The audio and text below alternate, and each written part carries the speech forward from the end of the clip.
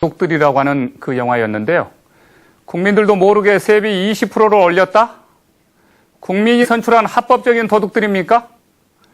대선을 100여일 앞둔 지금 우리 국민들의 마음은 어느 후보에게로 향하고 있을까요? 그 궁금증을 풀어보는 대선행 청룡열차 시간입니다. 도움 말씀 주시기 위해서 여론조사 전문기관인 리얼미터의 이택수 대표 나오셨습니다.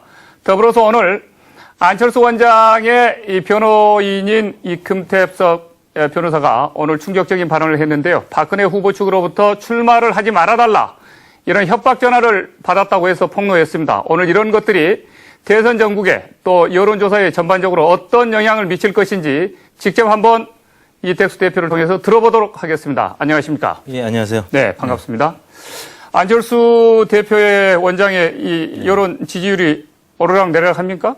네, 최근 들어서 지난 7월 20일 무렵에 대담집도 출간했고 또 힐링 캠프 출연을 하면서 지지율이 총선 이후 14주 동안 박근혜 후보한테 열세로 있던 지지율이 반등해서 안철수 원장이 박근혜 후보를 앞서는 상황으로 바뀌었었고요. 네. 그러다가 지난 8월 20일 새누리당 전당대회가 끝나면서 다시 박근혜 후보가 안철수 원장을 앞서기 시작했죠. 그리고 네. 2주가 지난 최근 들어서는 엎치락뒤치락 하고 있고요. 무엇보다 중요한 거는 안철수 원장이 박근혜 후보와의 그 지지율이 바뀌긴 합니다만 야권 단일화 가상 대결이 있습니다. 안철수 원장 대 문재인 후보. 이 두 후보 간의 격차가 최근 들어서 굉장히 줄어들어서 어제 조사에서는 2.1%포인트까지 굉장히 줄어들었습니다. 그래서 그 줄어드는 원인이 어디에 있습니까? 가장 큰 원인은 여러 가지가 있겠습니다만 부동산 딱지 논란도 있을 거고요. 그다음에 며칠 전에 어제였죠, 아마. 본인이 스스로 대선 출마 선언을 한 적이 없다, 이런 얘기도 했었고요. 그러면서 불출마 가능성이 보도가 됐고요. 그래서 테마주도 또. 대통령이 최종 목표가 아니다라고 하는 것이 사람들로 하여금, 출마 안 할 수도 있겠구나, 이런 어떤 심리적. 그렇죠. 반응을 불출마 가능성이 나왔군요. 보도가 되면서. 네. 여러 가지 요인이 이제 복합적으로 작용했던 것 같아요. 그래서 네. 일단 문재인 후보와의 격차가 줄었다는 점에서 굉장히 안철수 원장 입장에서는 출마를 염두에 두고 있다는 가정하에서 굉장히 큰 부담으로 작용했던 것 같고요. 그런 시점에서 어제 제가 이제 트위터에서 이제 그런 얘기를 했었는데요. 뭔가 중대한 이제 변화의 움직임이 이제 보인다. 왜냐하면 대선 후보들 간에. 네, 9월 23일 날 이제 민주당 문재인 후보가 선출될지 아직 손학규 후보가 될지는 모르겠지만 그래도 9월 23일이면 민주당 후보가 결정이 되잖아요. 그러면 지금의 양상보다는 조금 더 안철수 원장이 좀 불리한 형국이 될 수가 있고요. 문재인 후보가 가령 선출이 된다고 봤을 때 지금 이제 어느 정도 박빙 싸움까지 좀 격차가 이제 좁혀졌기 때문에 만일 대담집 출간 이전처럼 다자구도에서는 역전된 적도 있었는데요. 다자양자 만약에 다 역전이 된다면 안철수 원장 입장에서는 출마의 명분이 굉장히 좀 줄어들거든요. 그런 차원에서 당장 어떤 출마 선언이나 아니면 또 다른 무엇인가 이 발표가 있지 않겠느냐라고 봤었는데 오늘 생각보다는 빠르게 좀 전격적으로 금태섭 변호사의 어떤 기자회견이 좀 있었던 것 같습니다. 일종의 반격입니까? 그렇죠. 반격이라고 봐야 되겠죠. 그리고 네. 출마 의사는 분명히 있다라는 어떤 측면으로 신호로 신호로 볼 수가 있을 것 같습니다. 네.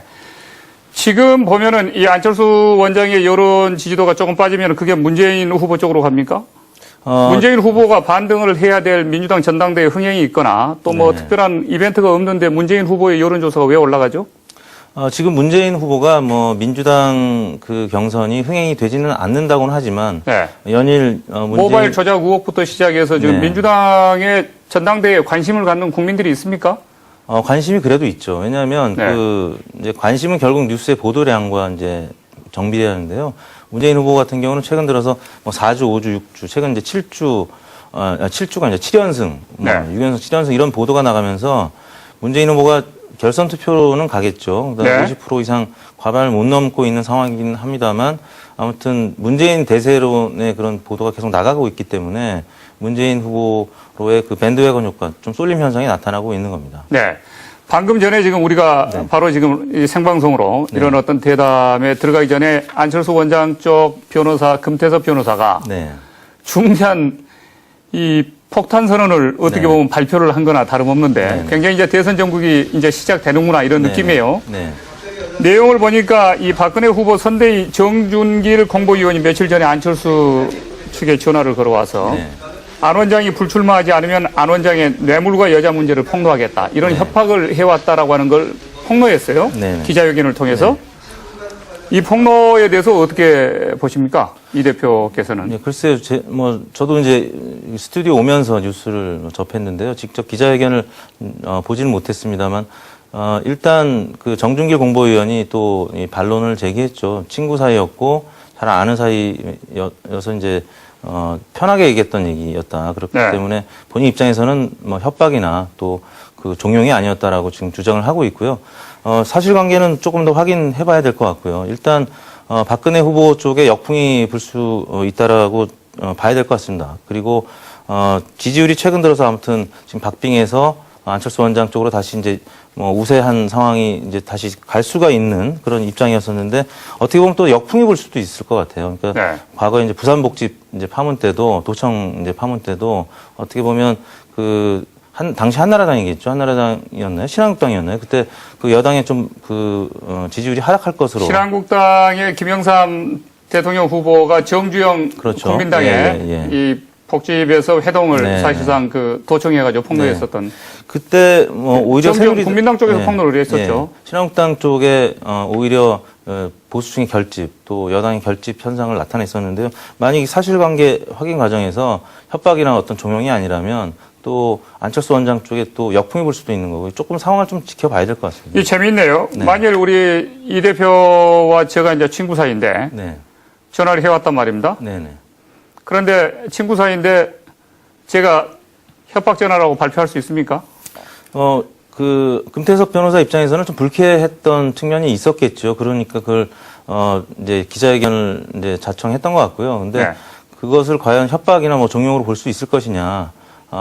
어떤 사전 뭐 경고 메시지 정도로 그냥 친구끼리 한 얘기일 수도 있는데 아무튼 그 부분이 금태섭 변호사 입장에서는 좀 불쾌했을 가능성이 있고요. 그걸 이제 협박이라고 이제 표현을 하고 그 불출마 종용이라고 표현을 했는데 과연 이 부분이 뭐 혹시 뭐 녹취가 돼 있다면 이제 또 확인이 가능하겠지만 녹취가 네. 되지 않았다면 이건 뭐 사실관계를 확인할 수 없는 문제이기 때문에 네. 상호간의 공방으로 이제 계속 이어질 가능성이 있고요. 상호 공방으로 이어진다. 네. 그런데 그렇다면, 굉장히 이거 예. 보면 충격적이에요. 지금 예를 들어서 이 여자 문제나 소위 말해서 뭐 뇌물 문제를 네. 폭로를 하겠다. 출마하지 마라. 네.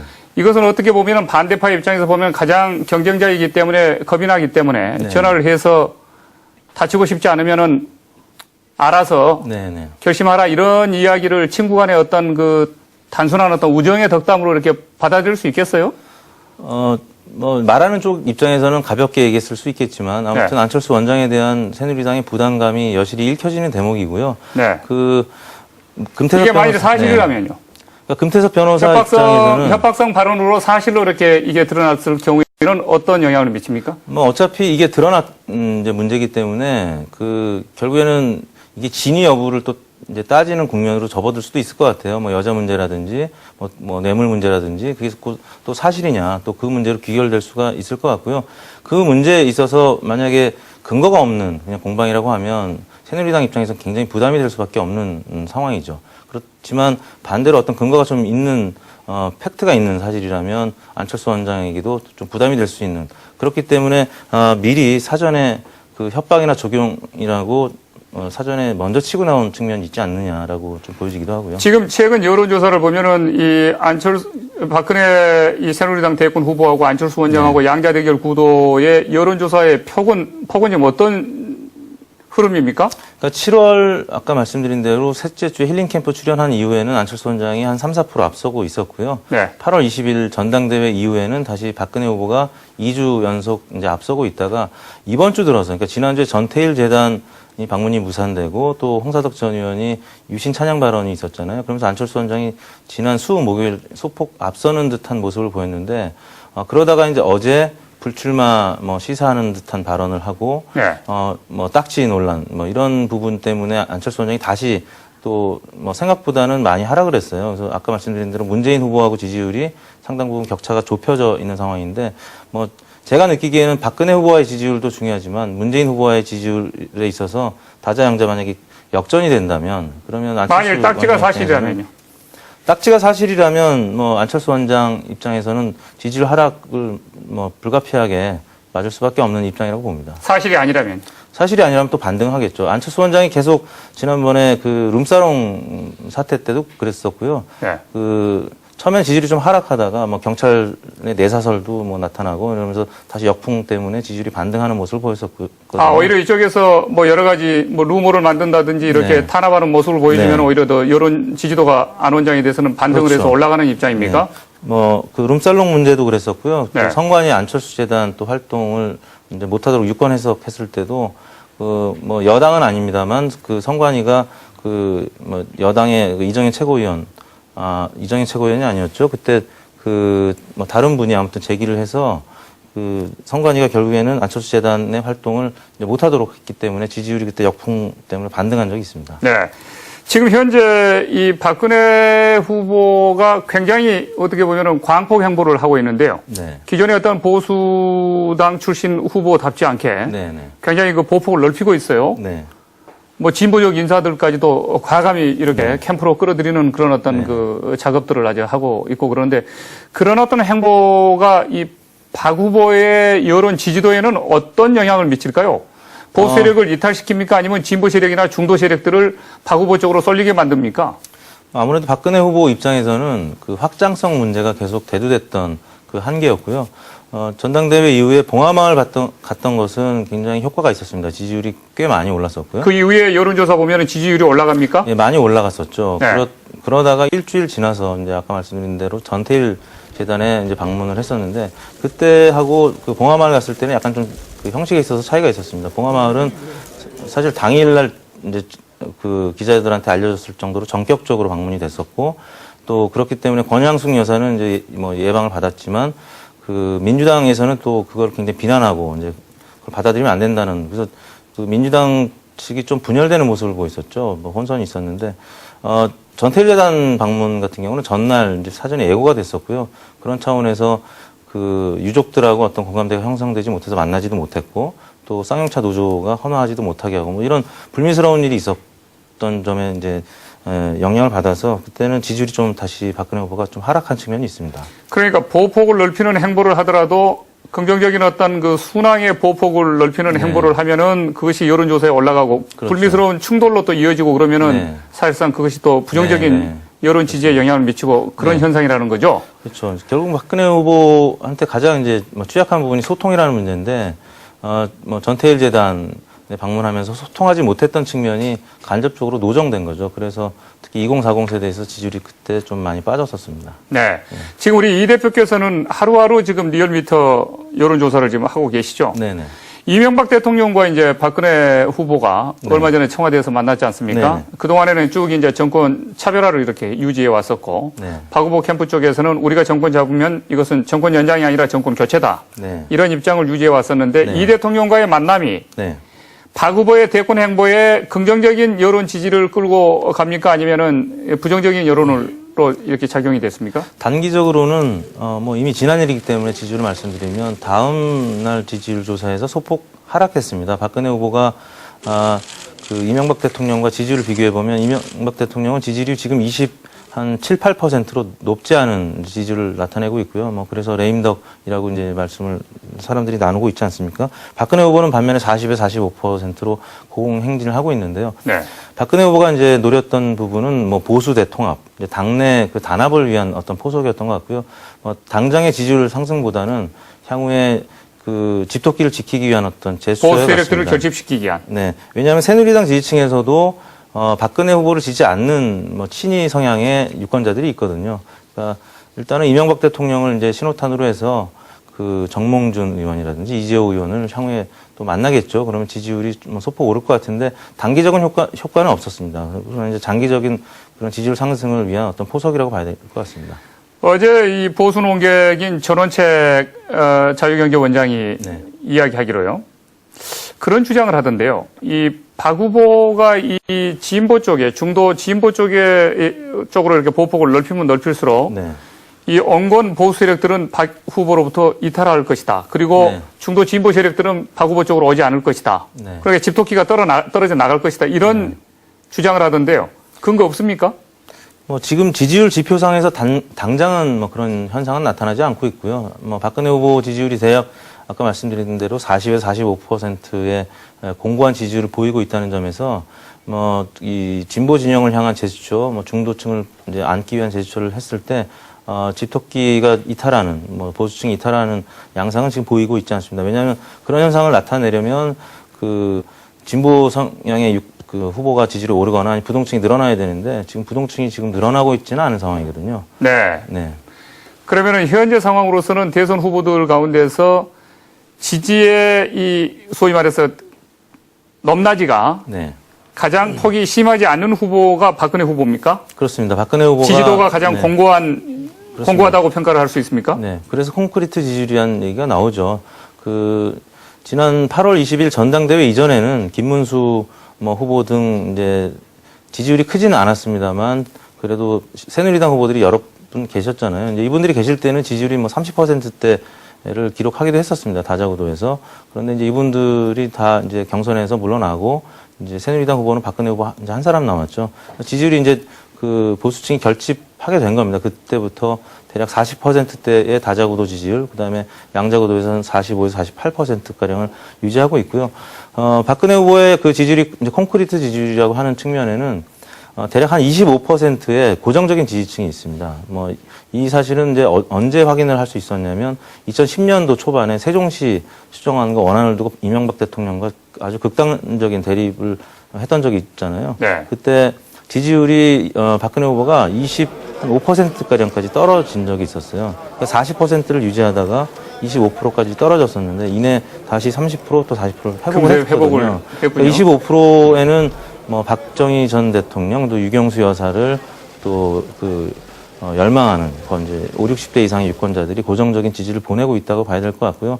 그 이상의 지지는 박근혜 후보가 2004년 총선에서 탄핵 열풍에도 당을 살려냈고 또 이번 비대위를 통해서 또 그 과반 의석을 차지했던 그러니까 본인이 또 축적해 나간 지지율도 분명히 있는 거죠. 네. 그런 거 보면은 박근혜 후보에 대한 공고한 확고한 지지 세력은 변치 않는 지지 세력은 일정 정도 확실히 있는 것 같아요. 네, 그렇습니다. 최소 25%라거나 할까요? 네. 네. 지금 보면은 이 문재인 후보가 만일 이대로 가면은 결선 투표가 될지 안 될지는 모르겠습니다만은 민주당의 후보로 이렇게 대권 후보로 이렇게 최종적으로 등극을 했을 때 네. 야권의 이제 여론조사의 판도가 굉장히 변동을 칠 텐데 특히 네. 안 원장과의 이 역학관계가 상당히 네. 변동을 칠 텐데 어떻게 전망하십니까? 일단 안 원장이 출마할지 여부가 아직 확실하지 않은 상황에서 저 개인적으로는 안철수 원장이 출마할 것으로 이제 보고요. 네. 안철수 원장의 출마 시기가 이제 결국 문제인데 9월 23일 그러니까 민주당 후보가 확정되는 그 일을 기점으로 해서 그 이전이냐 이후냐 혹은 추석 이전이냐 이후냐 이렇게 이제 여러 가지 의견들이 있는데요. 저 같은 경우는 9월 23일 이전에 출마 가능성이 굉장히 높다. 왜냐하면 문재인 후보로 만약에 확정된다고 전제했을 경우에 문재인 후보 지지율이 지금도 상승하고 있는데 그때 되면 어느 정도 포션을 차지하고 있는 손학규, 김두관 후보의 지지율을 흡수할 거란 말이에요. 네. 다자구도에서 손학규, 김두관 후보가 지금 대략 4에서 5% 지지율을 갖고 있는데 이분들이 여론조사에서 이제 빠지게 되면 이분들 지지층이 박근혜 후보로 가는 경향이 일부 있겠지만 대부분 문재인 후보 쪽으로 이제 통합이 될 겁니다. 그러면 지금 현재 제로섬 게임을 하고 있는 안철수 원장과의 지지 구도에서 문재인 후보가 안철수 원장을 이길 가능성이 굉장히 높아요. 네. 그렇다면 안철수 원장이 출마 명분이 굉장히 약화되는 겁니다. 그렇다면 안철수 원장으로서는 난감한 상황이 될 수밖에 없고요. 그렇기 때문에 9월 23일 이전에 아마 안철수 원장이 출마할 가능성이 전 높다고 이제 보는데 그런 차원에서 오늘 금태섭 변호사의 기자회견도 결국엔 지지율과 굉장히 이제 직접적인 연관이 있거든요. 그러니까 지지율이 문재인 후보와 접전이 될 경우에는 지난번 대담집 출간이나 힐링 캠프도 마찬가지였었고요. 박근혜 후보와의 지지율보다는 아무튼 문재인 후보와의 지지율에 굉장히 민감하게 반응하고 있습니다. 지금 안철수 원장의 지지도라고 하는 것은 상당히 공고하지 못한 측면이 있다고 보십니까? 처음에는 공고하지 못했죠. 확장성은 있으나 이제 경고성이 좀 떨어진다고 봤었는데요. 네. 여당의 여러 가지 검증 공방 그리고 그 과정에서 아까 말씀드린 선관이라든지 아니면 경찰의 내사설 이런 역풍 때문에 점차 공고화되고 있는 양상을 보이고 있어요. 네. 그러니까 시멘트가 잘 굳기 위해서는 모래도 어느 정도 섞여야 되잖아요. 지금 어떻게 보면 여당이나 정부에서 모래를 적절하게 뿌려주고 있는 양상 같아서 지금은 어느 정도 경고성도 갖춰가고 있다고 이제 저는 보고 있습니다. 오히려 도와주고 있다. 네네. 네. 문재인 후보 같은 경우에는 이 공고성은 있습니까? 문재인 후보도 경고성이 있죠. 네. 지난번 총선 때 기대보다 이 PK 지역에서 의석을 많이 차지하지 못한 점 때문에 지지율이 한 14주간 좀 안 좋았었습니다. 그래서 박근혜 후보한테도 밀렸고 안철수 원장한테도 많이 밀렸었는데요. 순회 경선에서 어느 정도 지금 대세론을 형성해 가고 있고 그러면서 지지율이 많이 지금 올라가고 있는데요. 확장성은 어떻습니까? 확장성도 현재 안철수 원장보다는 약합니다. 왜냐하면 안철수 원장을 지지하는 층 중에서 대략 75%만 문재인 후보를 지지하고요. 네. 또 문재인 후보를 지지하는 사람 중에서는 90%가 안철수 원장을 지지하는데 네. 그런 차원에서 무당파나 이제 그 중도층이 문재인 후보가 민주당 후보라는 점 때문에 좀 소극적으로 지지하거나 지지를 안 하는 경향이 있습니다. 그래서 결국에는 안철수 원장의 그 지지 선언이 있어야만 문재인 후보 입장에서는 박근혜 후보를 좀 이길 수 있는 가능성이 있고요. 현재 안철수 원장이 만약에 지지 선언을 하지 않고 3자 구도로 가거나 아니면 양자 구도로 갔을 때 안철수 원장의 지지가 없다면 좀 어려울 가능성이 있습니다. 문재인 후보가 만일 안철수 원장을 지지를 한다면? 그러면 안철수 원장이 굉장히 이제 도움이 되겠죠. 어떻게든 야권 후보 두 후보의 경우에는 서로 간의 지지가 있어야만 박근혜 후보를 좀 이길 수 있는 지금 상황. 만일 이제 저희들이 12월 대선을 미리 예측을 한번 해본다면 네. 이제 9월 23일 민주당 전당대회가 끝나고 나면 이제 판도가 달라지겠지만 어차피 문재인 후보와 안철수 원장이 출마 선언을 저도 이제 하리라고 보고 네. 야권 단일 후보로 이제 두 사람 가운데 한 사람이 되지 않겠습니까? 네.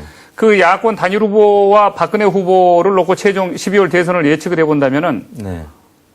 오차범위 내로 보십니까? 아니면 어떻게 차이가 많이 날 걸로 보십니까? 어떻게 전망하십니까? 결국에는 안철수 원장의 선택에 달려 있습니다. 안철수 원장이 지금 어떤 전문가들은 결국에는 출마 선언을 하지도 않을 수 있다라고 이제 전망하는 분이 있는가 하면 네. 출마하더라도 중도 탈락할 가능성이 있다라고 보는데 안철수 원장이 만약에 중도 탈락하고 문재인 후보 손을 들어주지 않는다면 오차 범위 내 접전보다는 조금 더 큰 격차로 박근혜 후보가 이길 가능성이 있고요. 네. 이제 다만 안철수 원장이 문재인 후보 손을 들어주고 이제 만약에 중도 이탈한다면 오차 범위 내 접전으로 갈 가능성이 높죠. 네. 문재인 후보가 안철수 원장의 손을 들어줘도 마찬가지고. 예, 마찬가지일 겁니다. 네. 지금 부동층은 얼마나 됩니까? 지금 각 여론조사 기관들이 박근혜 안철수 대결 구도를 본다면 대략 5 내지 10%밖에는 안 됩니다. 그러니까 지지정당을 묻는 그렇게 약합니까? 네, 지지정당을 묻는 문항에서는 그보다 이제 큰데요. 두 분 선택지가 둘밖에 없고 그다음에 두 분 다 인지도가 워낙 높은 분들이기 때문에 어느 정도 그러니까 적극적인 지지층이 어느 정도 되는지는 추가적인 조사를 해봐야 되겠지만 아무튼 두 후보를 지지하는 그 유권자들이 대략 90% 이상 지금 마음속에 후보를 결정하고 있다라고 보면 되는데 문제는 지지의 강도입니다. 이제 안철수 원장이 확장성도 얘기가 좀 나오고 있지만 최근 조선일보에서 이제 조사한 건데요. 네. 대략 박근혜 후보를 계속 지지하겠다는 의견은 지지층 중에서 한 60%. 안철수 원장 같은 경우는 한 50%, 한 10%포인트가량 낮습니다. 그래서 안철수 원장 같은 경우는, 만약에 어떤 검증 공방이나 아니면 민주당과의 어떤 관계 설정에 있어서, 조금 부정적인 암초를 만나게 되면 지지율이 좀 더 빠질 수 있는 확률이 좀 높은 거죠. 네. 이택수 대표님, 오늘 말씀 감사합니다. 네, 감사합니다. 네, 대선이 사실상 이제 100일 정도밖에 남지 않은 상태에서 우리가 리얼미터의 이택수 대표를 모시고 여러 가지 대담을 나눠봤습니다. 저는 잠시 광고 보신 후에 다시 돌아오겠습니다.